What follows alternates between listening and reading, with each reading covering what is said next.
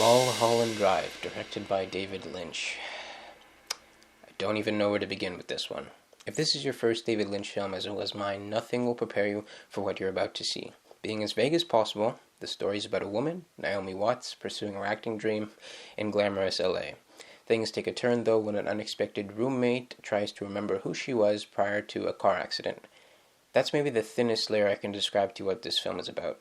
So many more characters and incidents ebb and flow throughout this thing, but each character felt like the whole story was about them.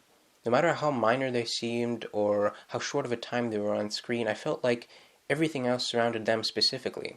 And I've never seen another movie do that so perfectly. Because of that, you can interpret this thing a million and one different ways. I honestly don't think there can be one definitive take, but that's not even the point. The point is, I felt a strong, personal connection to what I was seeing. And if you have seen it, or do decide to see it, which if you haven't figured out, by the way, I highly recommend, and feel the same, Lynch did his job.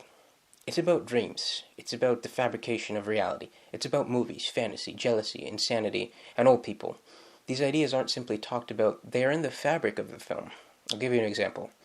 Early on, I noticed some awfully clear ADR, and that plus the overexposure and lighting made some scenes feel really cheap.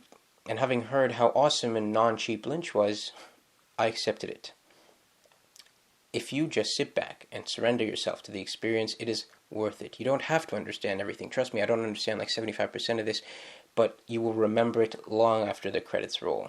Some of these scenes are engraved into my memory, one involving an audition, and another a 60s-style studio booth, along with two specific songs. That's all I'm going to say because it's best to go in blind, but there's so much more you can go into.